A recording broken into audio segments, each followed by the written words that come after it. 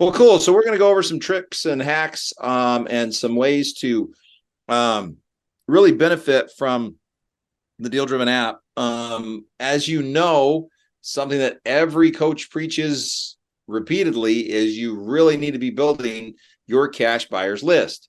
The difference between someone who is basically always going to be utilizing a partner-driven buy box and somebody who is growing a business that's going to last long term, not that partner-driven won't, but I'm just saying, be able to do more things, is that they have a cash buyers list. So I really want to do a deep dive into that and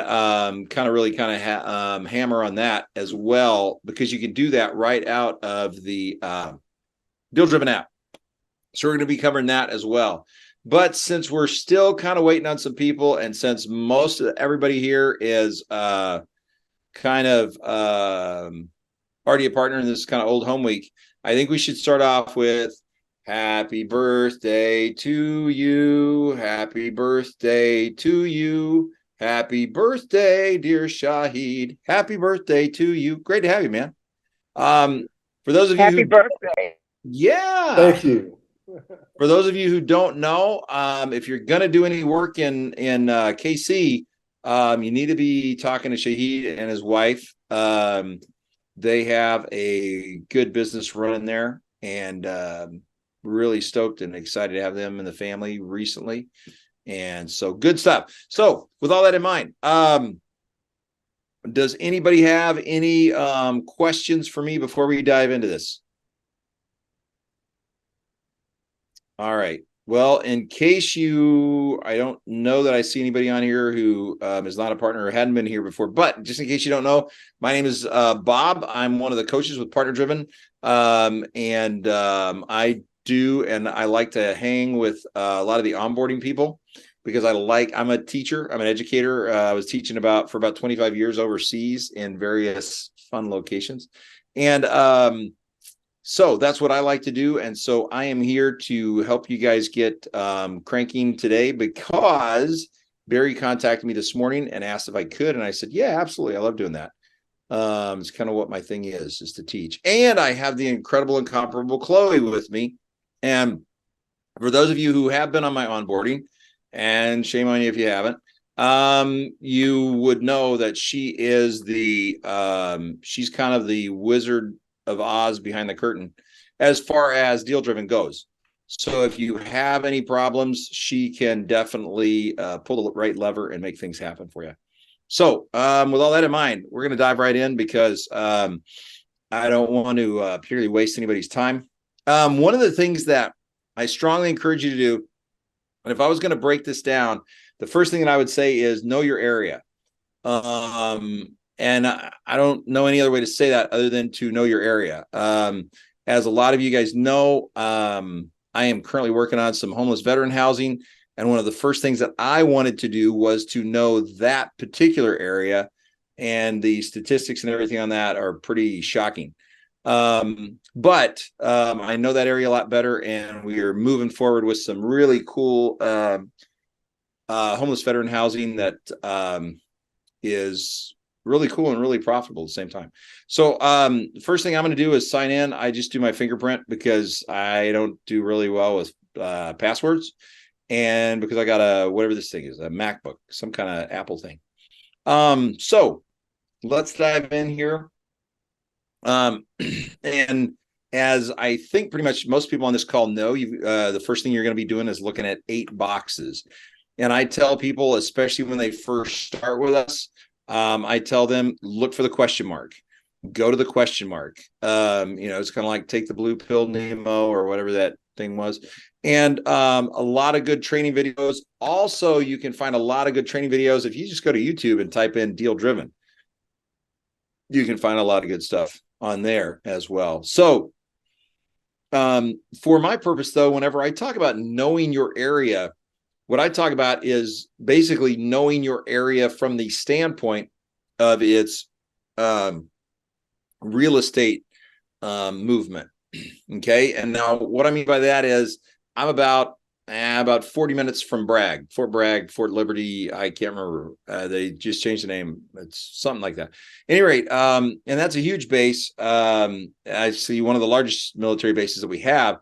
And what typically happens outside of any military base or in that city is that soldiers come in, they're told this is your forever home. So we're going to let you buy a house and help you buy a house and yada, yada, yada.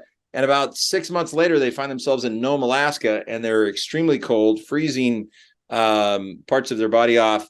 And all of a sudden they're going, what happened to my home? And they don't know because they're not in Fort Bragg anymore. So one of the areas that I like to pull, I would just click right here where there's a little magnifying glass. And one of the areas that I like to pull, I will show you here in just a minute. But I like to start right here where I'm at, Broadway, North Carolina. We have one yellow blinking light, and we are doggone proud of that. Now, one of the things I want to draw your attention to, and this came up earlier on the onboarding part 2 call, if you know specific areas that you would do as opposed to would not do, I strongly encourage you to draw a polygon. Okay, drawing a polygon is really simple. Like, let's just say that on this side of Broadway is kind of an area of town that I might want to have a bulletproof vest on. That's not an area that I want to invest in as a general rule. You know, well, actually, that's where the trailer park is, but that's another story. So I'm going to say, okay, I just want to be on this side of the road. So that's drawing a polygon. Once you're done drawing the polygon, you can see that it's going to tell me that there are 202 properties found in that area. And this is where you're always going to check to see how many total properties they have. And we're going to do a bigger search later. But for the sake of this, I'm going to clear this and I'm going to search a radius. And the reason I'm going to do that is because when I search 50 miles, that covers 2 of the biggest population centers in North Carolina. Well, actually 3, Raleigh and Durham, as well as Fayetteville. So as you can see, I've got over 10,000 properties. So my search type, because I know that we are a heavily military industrial complex kind of area and state, one of the things I like to do is vacant out-of-state owners, because vacant out-of-state owners is huge here. Trust me on this one. It really is huge. And one of the things I want to do is, instead of any, I'm going to click on all. Remember this, you are a person in search of pain. That's it. When you're a real estate investor, I'm not talking about a real estate agent. I'm talking about a real estate investor. You are a person in search of pain, and you want to help that pain go away. Karen and Carl both have some great stories about that. Because it's true. I mean, it's like, I don't know, Karen, would you agree that you're basically looking for a problem, basically, you know? And like I say, they got some great stories on that. But so what I basically did was I just stacked the pain. The house is vacant and it's an out-of-state owner. So imagine a guy, if you would, who was in that military scenario that I was telling you about, and all of a sudden he's in Nome, Alaska. So he's an out-of-state owner automatically. And all of a sudden he finds out that his buddy who was renting the house from him all of a sudden just got deployed to AFRICOM for the next 6 months. Well, all of a sudden now he's got a vacant house that's out of state, which is never a good thing. So as you can see, I got 683 props within about 50 miles of where I'm at.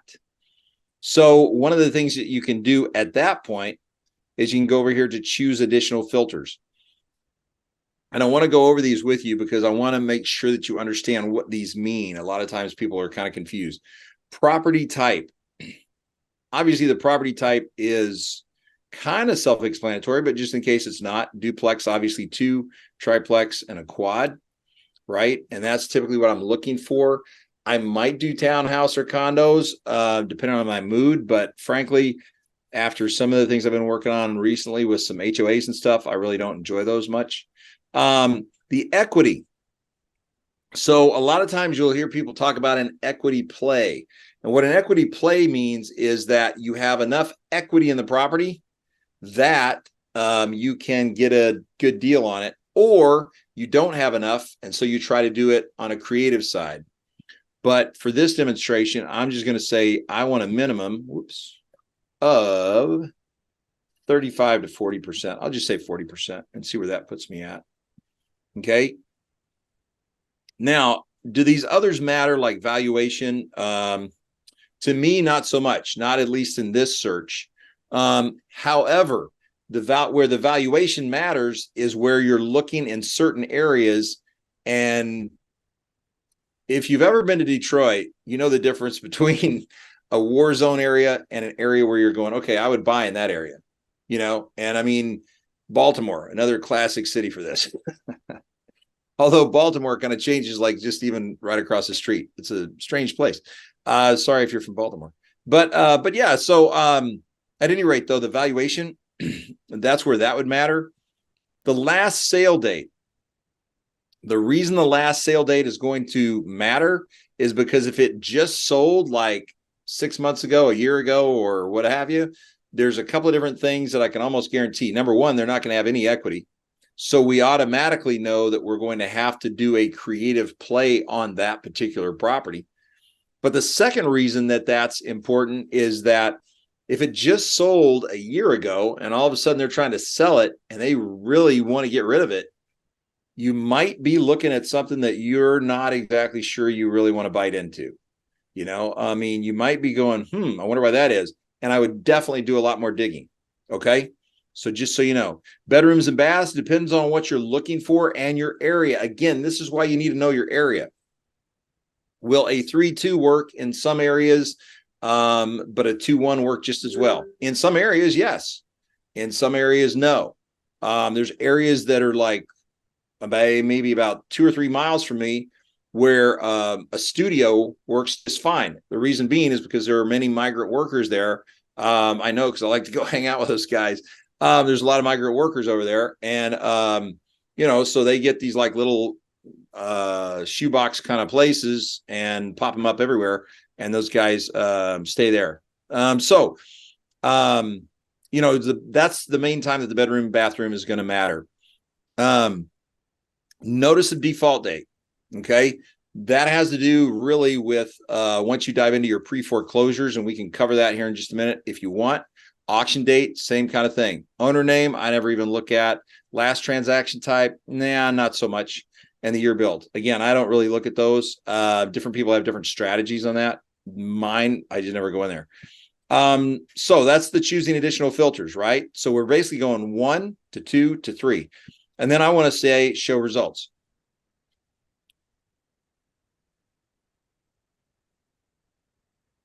All right. And voila, we get a cool map. And this map's going to be really important for a couple of different reasons. Number one, because I can kind of see where certain things are. I want you to notice one thing about this map. This is Fayetteville. Notice 235 2K. And this is going up towards Holly Springs and Raleigh. Notice 417. This is what loosely is called high cotton. I don't know. That's what they used to call it. Hey, you want some high cotton now? This is like the expensive. These ain't the cheap seats up here.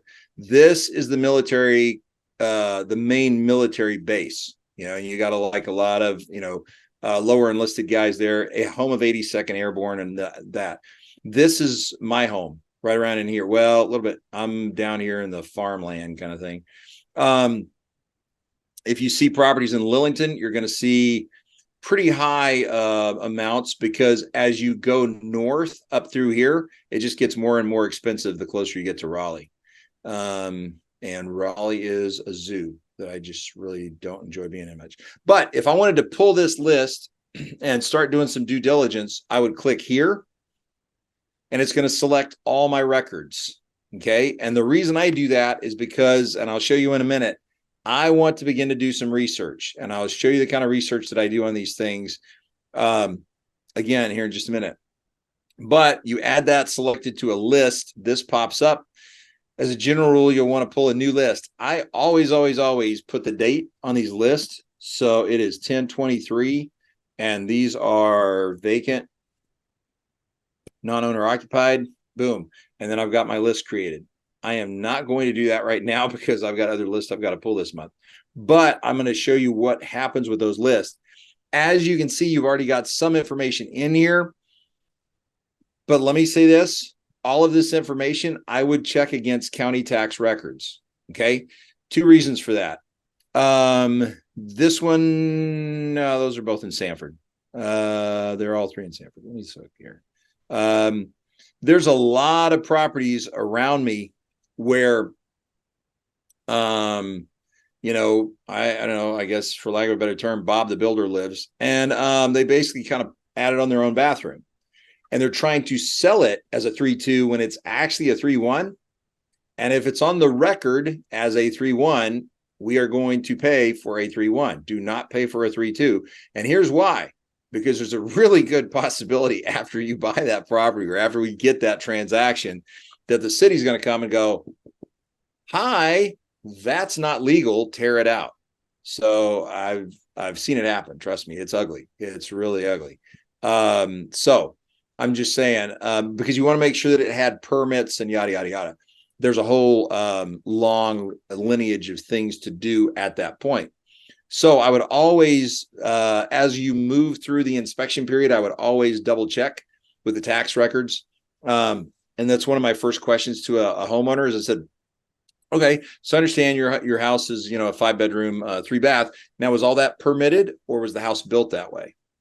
Okay, because that tells me 2 things right there. Well, actually 3. Number one, if the house is like from the 1970s and it was like a Brady Bunch knockoff or something, it lets me know that, you know, all of these rooms are older. That's the first thing. Number 2, it lets me know that they are permitted or the additions were permitted because I just asked that question. Number 3, if I see the tax record and I see that it wasn't permitted, that lets me know I'm not going to deal with this person because once somebody lies to me, I'm done.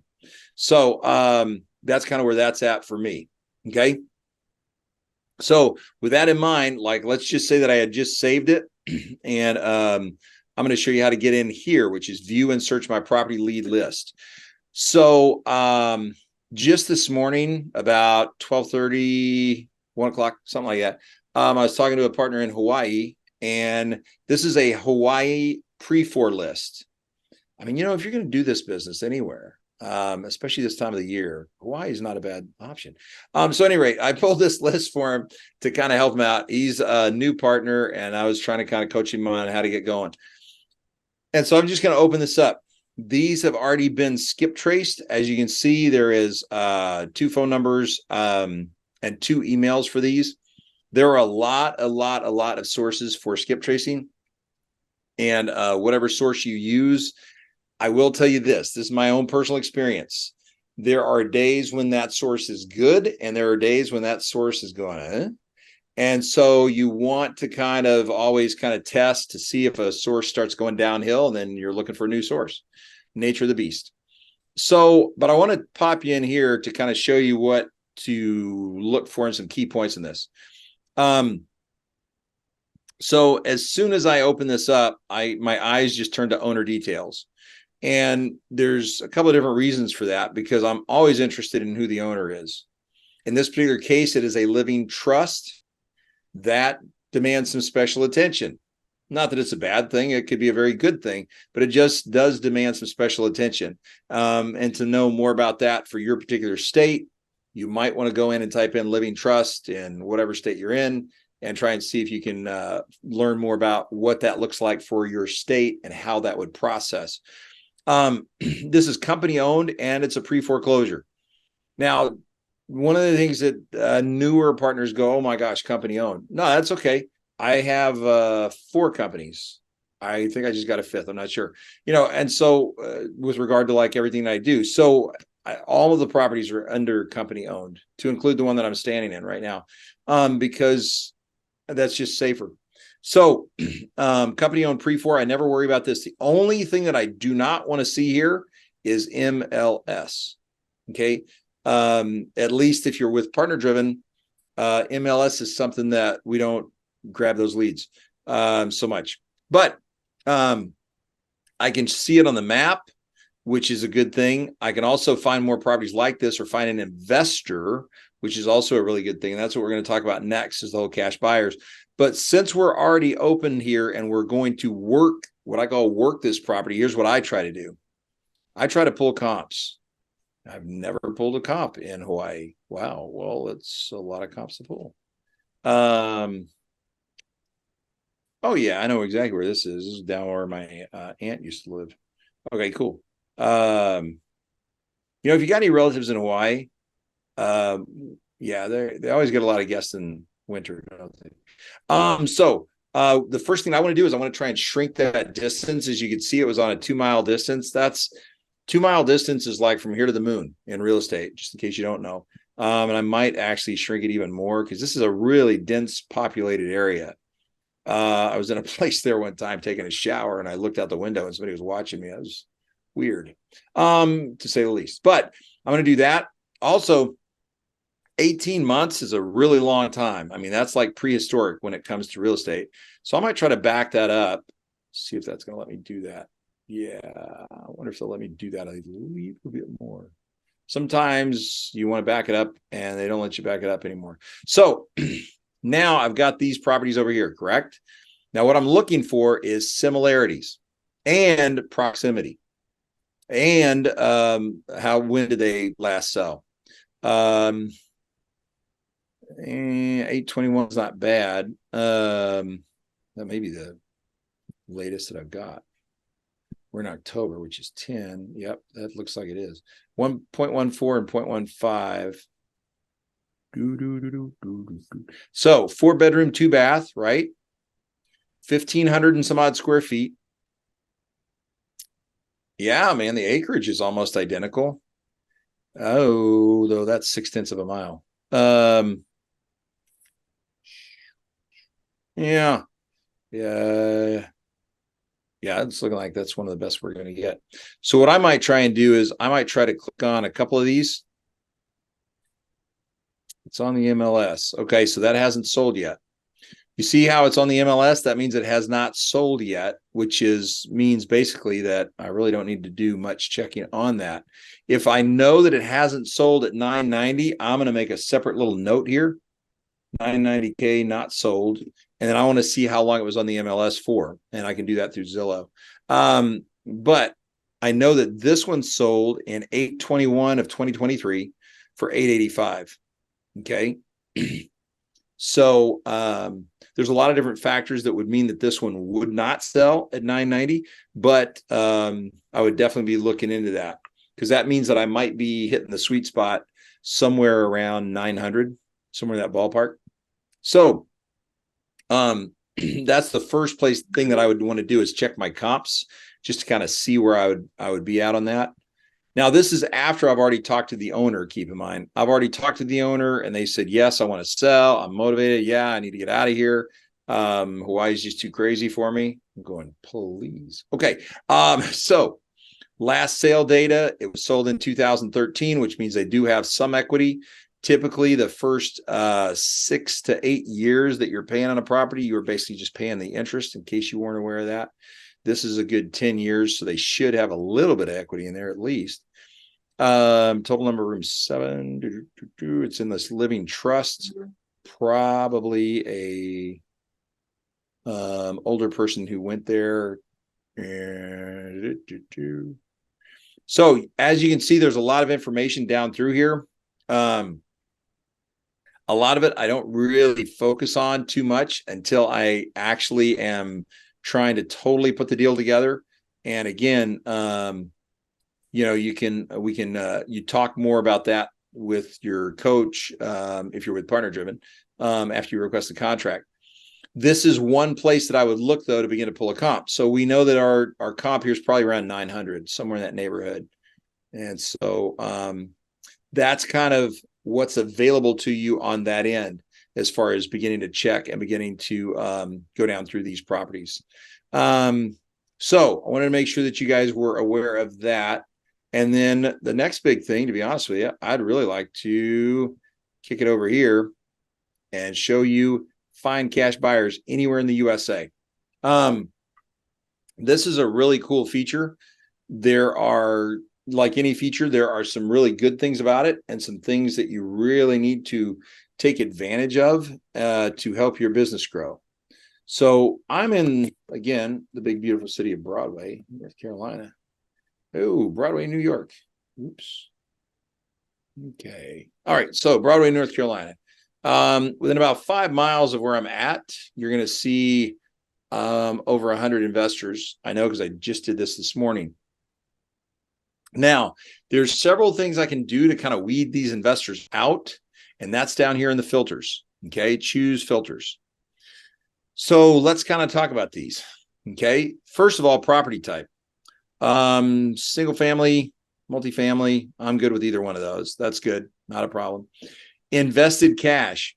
Right now, I'm still trying to find a person who really does have cash for a homeless veteran park. So, long story. Great day to grow faith and a wonderful lesson that I got last Friday morning. Invested cash.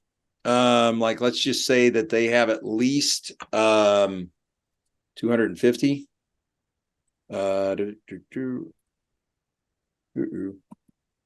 250 at most. I'm not even going to put a top limit on it. Property minimum 2.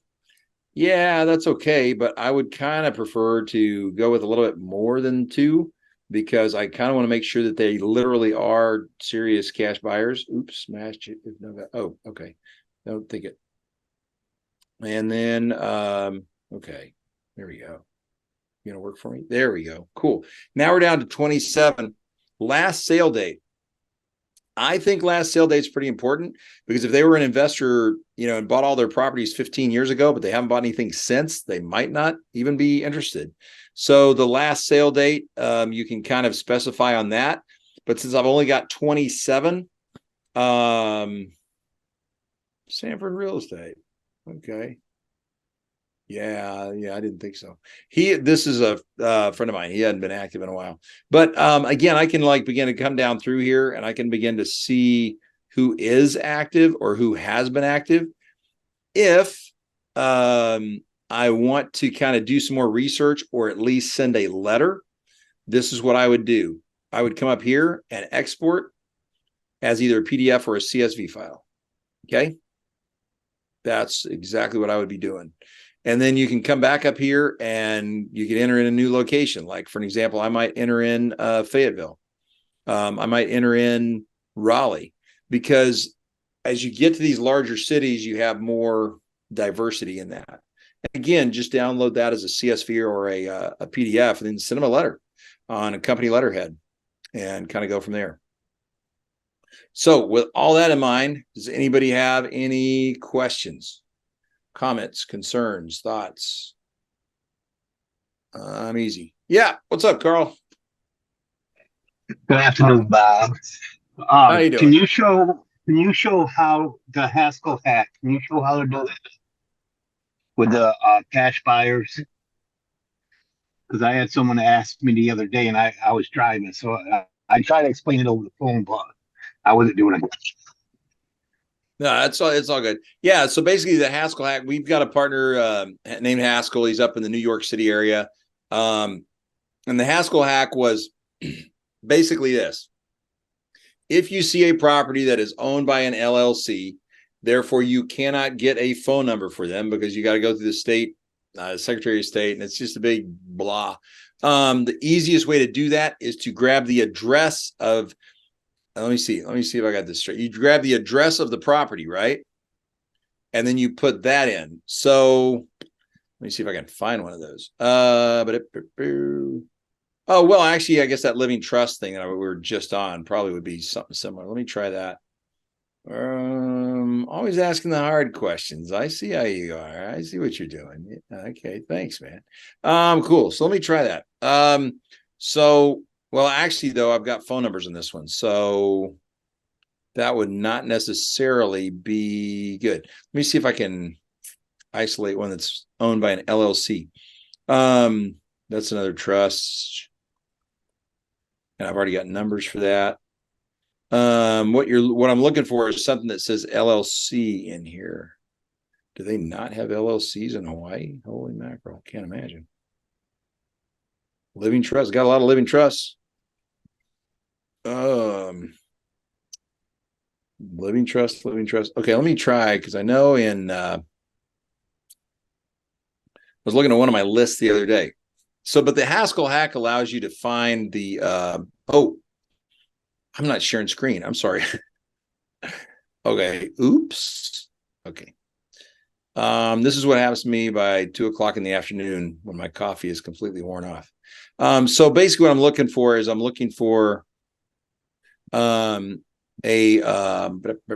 LLC. An LLC is just a limited liability corporation. Again, I think I've got 4 of them, maybe 5 of them. I don't know. I got to find out after this call, actually. Let's try the Broadway wide. This is from back in. Okay, yeah, because I haven't skip traced these yet, because I was just sending out stuff to them. So these are all okay. Maybe Freedom Mortgage Company. I don't know. Oh no, that means they're already owned by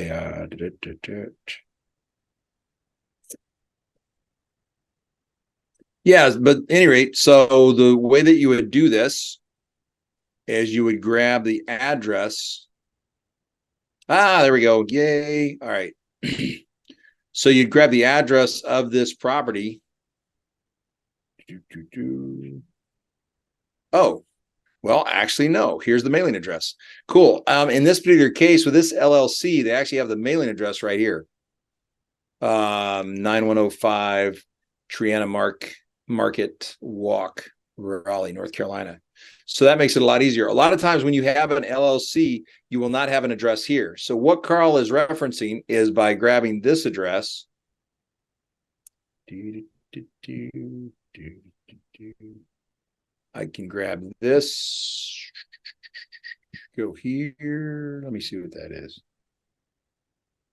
Let's see what happens. Was that in Spring Lake? It probably was. I don't think it was in Broadway. Maybe. Let me see what that does. You can always go back. Company owned. I've already got that. Oh yeah, see, it's in Broadway wide, pre-foreclosure. Okay, so if I look at the details in this one, oh wait a minute. Okay, hang on. I just went to no. Wait a minute. Wait a minute. Wait a minute. I think I know. Here we go. I think that's the address I got to pull. Is that right, Carl? I don't know. I don't use this very much, to be real honest with you. The whole Haskell hack thing. But let me try that.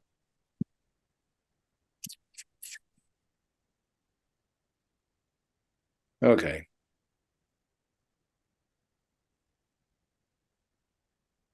Okay, cool.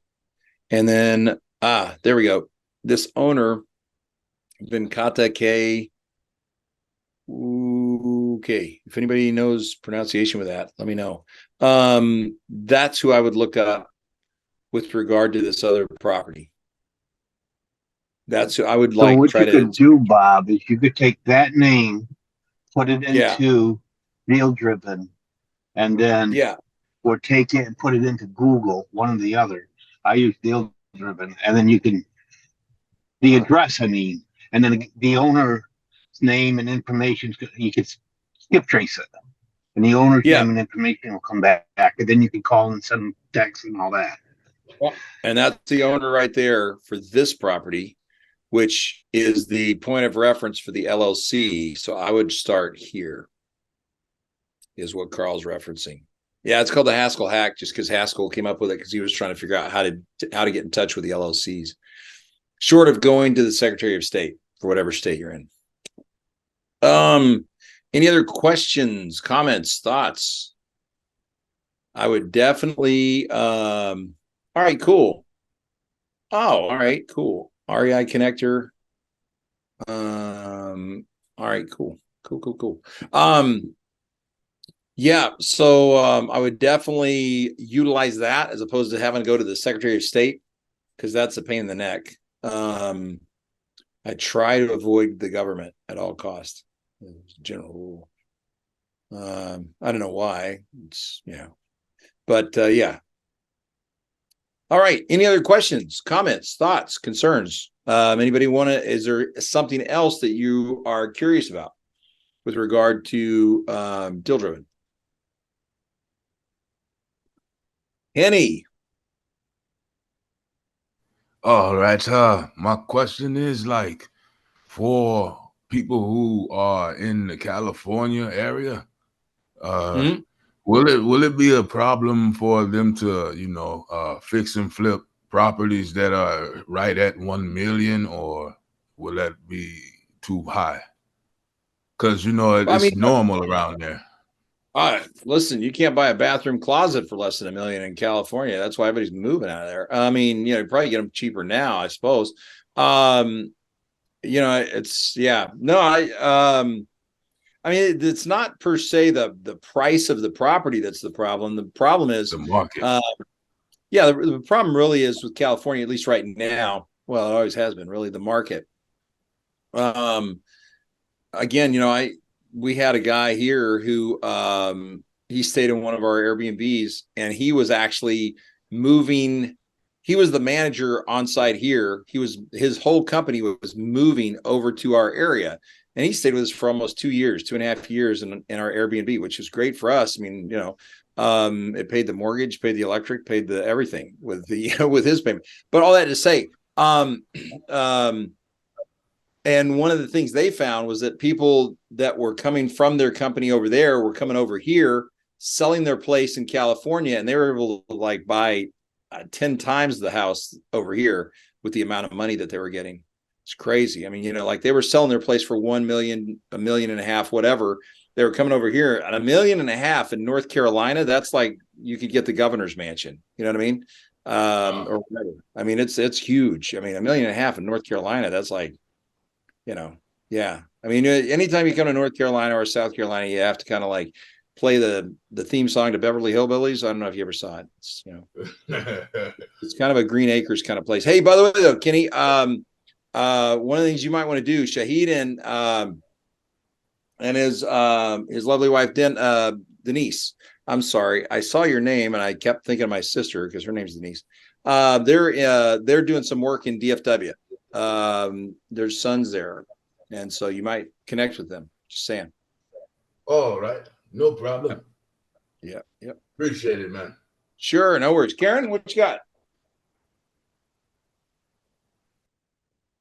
I just wanted to bring up the exclude property button Sure. when you're building a list, because I know that's saved my life many a time. and I just think it's important for other people to know about that button because it's very helpful. Sure. And let me ask you this too. Just drop 100 in the chat if you do not have DealDriven. Let's start there. If you do not have DealDriven, why don't you drop 100 in the chat?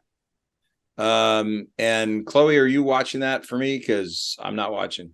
I am. I got it. You're ahead of the game. So basically, the bottom line is what Karen's talking about is, and I know where you're coming from with that because I do that, especially with my pre-foreclosures. That's kind of important. But if you're here, and remember, I selected all these, and I want to add those selected to a list. I can exclude the properties that I've already added. Okay, and all I got to do is click right there. And that's going to mean that the properties that I already have on a list are not going to be on this list. So hopefully that helps. That's what Karen was talking about. Yep. Shahid. Yes, sir. Or Denise. It was me. So when you are setting up yourself to work your pre-foreclosures in whatever part of the country that you're working in, Yep. If you would be kind enough to just kind of give us your opening spiel when you actually Sure. get that homeowner on the phone, what does that sound like? I never bring up pre-foreclosure on the phone. Okay. I prefer to meet someone face to face. Okay. I know that some people do bring up pre-foreclosure on the phone. I mean, Jamar, I've been I've been by Jamari when he brought it up right at the doorway. Like he knock on the door and say, hey, you know, I understand your property might be in pre-foreclosure, and I help people with that situation. I was just kind of wondering if you got a minute to talk. Okay. But basically what I'm trying to do with that initial phone call is, number one, establish that they do want to sell. And number two, establish their motivation. And number three, begin to build rapport. And to me, rapport is built on a very solid foundation of trust. So if they're like, oh, no, I took care of that or whatever. Okay, cool. Yeah, no problem. Well, you know, here's my card. Let me know if I could be of help anytime in the future. And I'll just leave it at that. Because either one of two things is true. Either they're ostriching, which means their head's in the sand and they're not pulling it out yet, which they're going to have to pull it out. You know, I can't do that for them.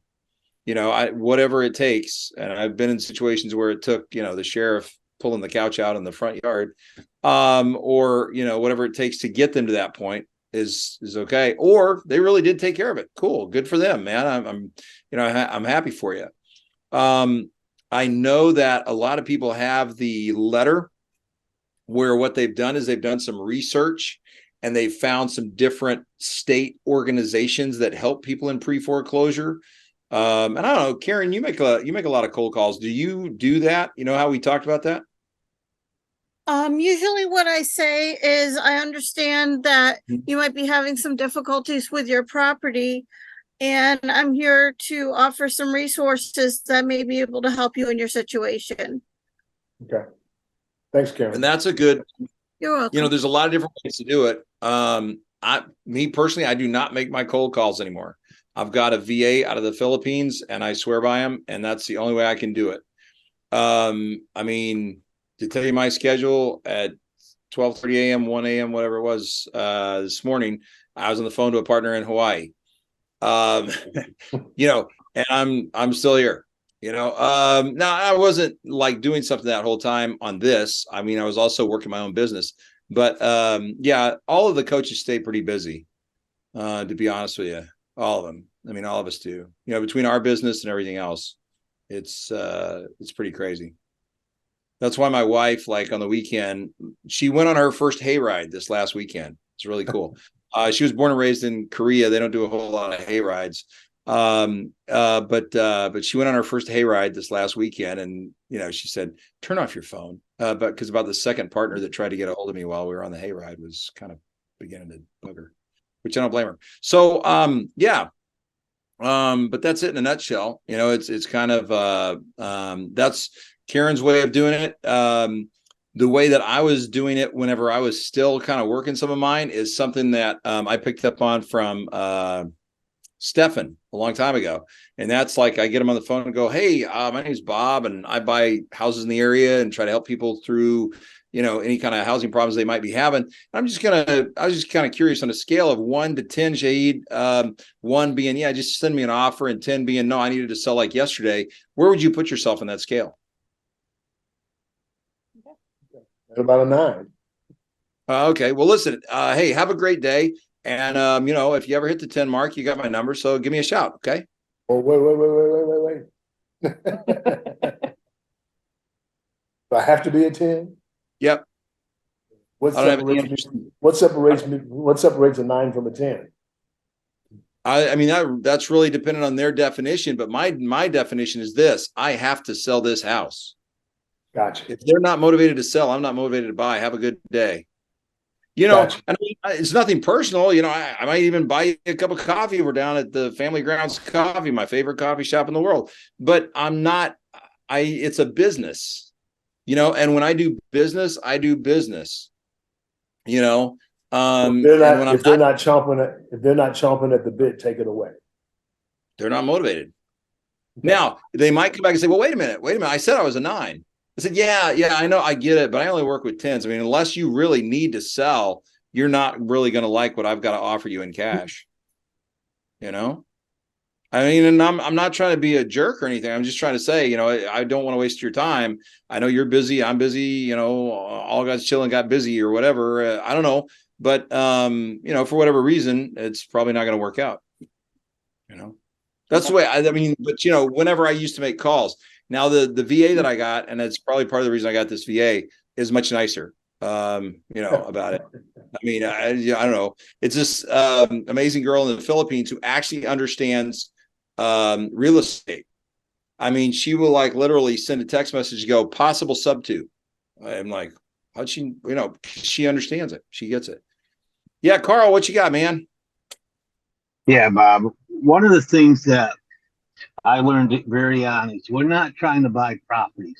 We're trying to solve problems. And that is where, I mean, Karen and I shouldn't say Karen and I, because Karen does, only thing I do is come up with the numbers. She gives me the address, gives me ARVs, and then I give her unoffer numbers. That's it. I mean, she does the rest. But one of the first things that we try to do when they answer the phone, or one of the first things Karen tries to do is she tries to build rapport. She tries to let them know from the beginning that she is there to help them in any way we can. Now, that might be, the help might be give them the list of resources, and they go and they find a resource and they're able to hang on to their home, because that's our first priority, is to keep them in their home. We've had that happen a lot to us, where we've given them a resource, we've been able to help them find a way to be able to stay in their home.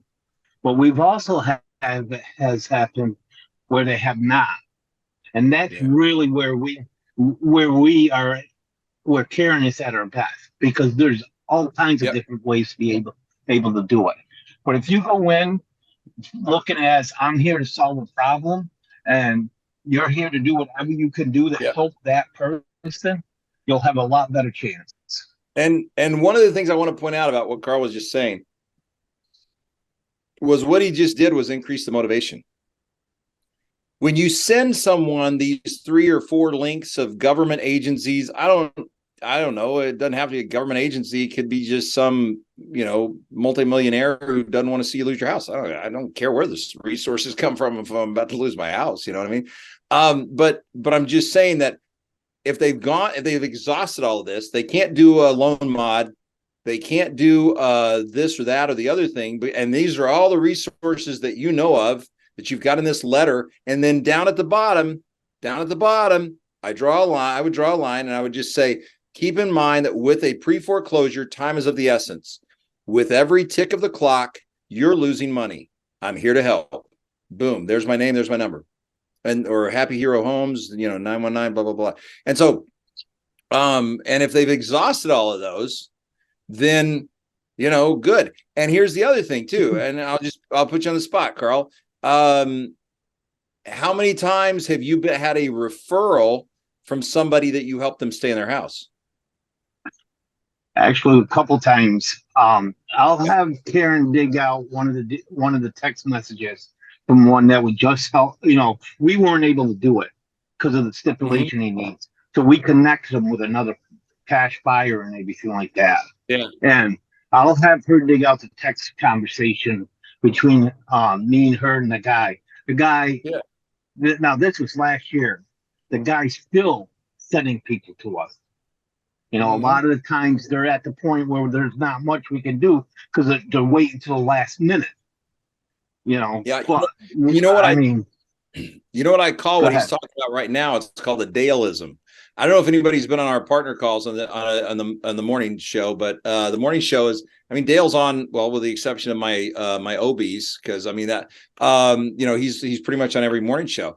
And Dale, aka the professor, he'll tell you, because I used to ask him every time he was on my morning show, I'd say, hey, listen, what percentage of your deals come from word of mouth? He'd say 90%, or no, he would say 100%. And then he used my magic card and got one deal off that. He goes 99%. I go, okay. So yeah. But I would say that's, what I mean? What Karen and Carl have built has been 3 years? Yeah, 3 years. 3 years in the making. And so the word of mouth is beginning to trickle out, but it takes time to get that whole word of mouth thing going. I don't know of anybody who would tell you, oh yeah, it just happened overnight. I met a guy in the supermarket. The next thing I know, I'm on the beach in Jamaica. I don't know of anybody that would tell you that, unless they're trying to sell you something on YouTube. I don't know. Yeah. Keys to your Lamborghini are in the mail. Get right on that. But yeah, yes. Yordis. Yes, ma'am. Yes, good afternoon. It's still good morning here in California. Oh, wow. That's right. Yes, yesterday I attended the buybacks session, and truly it was very interesting, and I learned it. I learned now about the buybacks well. So anyhow, my question is first regarding the motivation of the seller. I thought that they're going to give a session sometime. I don't know when, but anyway, I would like to get information regarding that. Secondly, is that you did mention regarding the VA. When do you need that VA, and what stage in your process? Okay, great question. I would say for me, it was the stage in my process where I was going, I cannot do it all. And I literally couldn't. I mean, whenever I first started out, there was only one.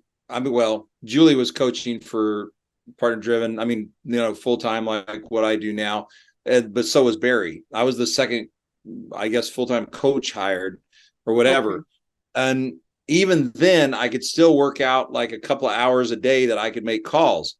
But then, what I found is I just really couldn't do that anymore. So I remember, and actually, gosh, Karen, you were on that thing for a long time. We had Mojo. We had this dialer called Mojo. You remember Mojo? Oh my gosh. And so, I just remembered that. So we had this dialer called Mojo, and then we would get on there, and that allowed us to call through a list. And then I went to a full-time VA, and I've been using a VA ever since. That was like back in 2020. Why did you choose someone from the Philippines? Because I love the Philippines, for one thing. I used to live there. I see. Okay.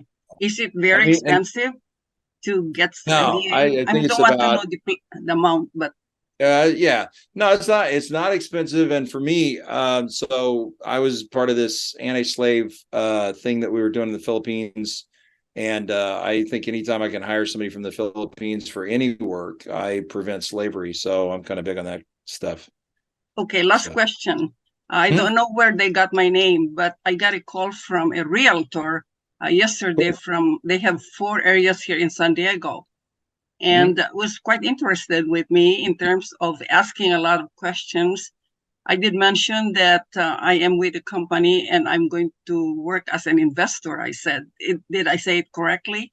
Yeah, anyway, absolutely. Anyway, he sent me an email asking me a few questions in relation to what I need and so forth and so on. As I understand, if I heard it correctly, that you can only get a realtor after the contract is signed. Is that correct? Or could you get someone before that to help you in terms of a good search for that? I don't know, I don't know this guy. I don't know this realtor, but it sent me all the areas that she can and the kind of company that he's involved. And so I really don't know how to deal with him in terms of this at this point. That's my question. Okay, yeah, no worries. So as a general rule, yes, realtors in our system work on the back end. They work on the disposition. In other words, they give us an as-is and an ARV. Yes. Oh, they do. They do give the ARV. They help you with the ARV. Yeah. So that's nobody okay. knows the local ARV like the local realtor, because they eat, sleep, and breathe on those numbers. Now, can you get other things from realtors? Yes, you can. However, when you're just starting out, I would advise you to go direct to the seller, direct to the seller, direct to the seller. Yes, that's what I heard. I mean, I don't want to diss any realtors that might be here, especially because Shahid is right over here. But there are realtors who are less than, I don't know.